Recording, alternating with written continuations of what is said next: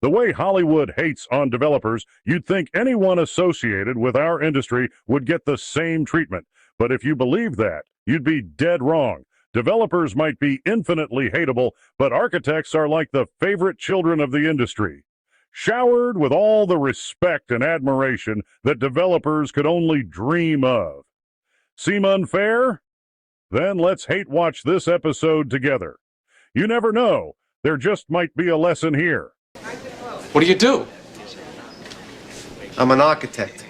If you've watched some of the other videos in this series, you're probably having a hard time imagining anyone trying to impress people by claiming to be a developer, right? They'd probably be better off claiming to be a used car salesman or a plague rat. But with architects, it's a different story. Pat is an architect as well. Oh, really? Oh, where are your offices? Mainly I work out of Boston. Boston, huh? How did that happen? How did architects become so cool? We can probably blame or attribute this to the Fountainhead, the iconic story that made the profession synonymous with passion, rigor, artistry, and the drive to use your principles to change the world. A building has integrity, just like a man, and just as seldom. It must be true to its own idea, have its own form, and serve its own purpose. Architects bring something new and different into the world, an inspiring idea, and audiences clearly relate to it since it's stuck around over the years, spawning countless characters who dream of different worlds, from sympathetic vigilantes to those taking a stand against discrimination. This is precisely where architects and developers differ.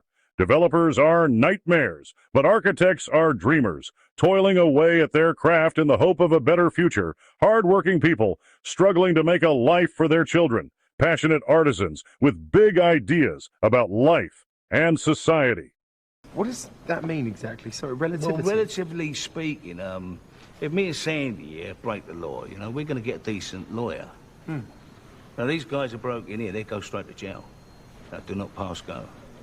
What would you think if a movie developer gave that exact same speech? You'd probably think they were lying. But we believe architects in the movies, because the movies go out of their way to show us we can trust them.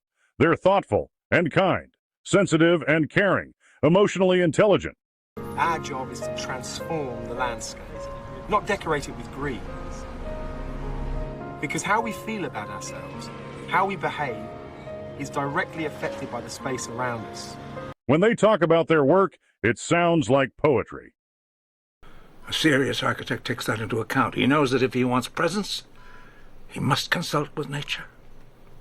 He must be captivated by the light. That's not to say architects are always perfect. There are plenty of movies where they kind of suck. Workaholics who don't have time for their families, egoists who care more about high-minded ideas than real people. But these flaws only exist so that the characters can find redemption. Because, unlike developers, architects get to enjoy story arcs, a privilege that evil developers can only dream of. That is, if they dreamed of anything other than money and cruelty. Beautiful imaginations, admirable professions, conventional story arcs. Is there anything movie architects don't have? As a matter of fact, there is one thing, an actual job. The movies have plenty to tell us about what architects are like, but very little to say about what they actually do.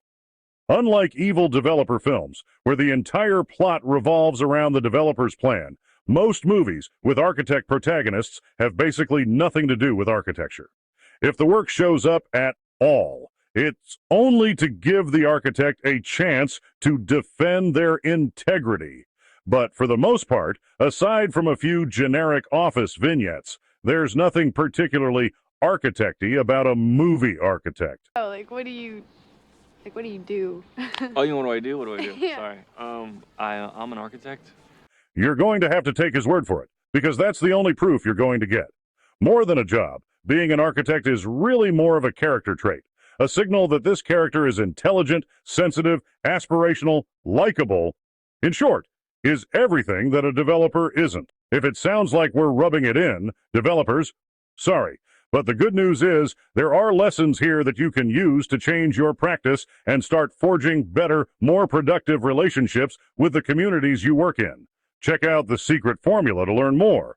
And no, In case you were wondering, the answer is not to start telling people you're an architect.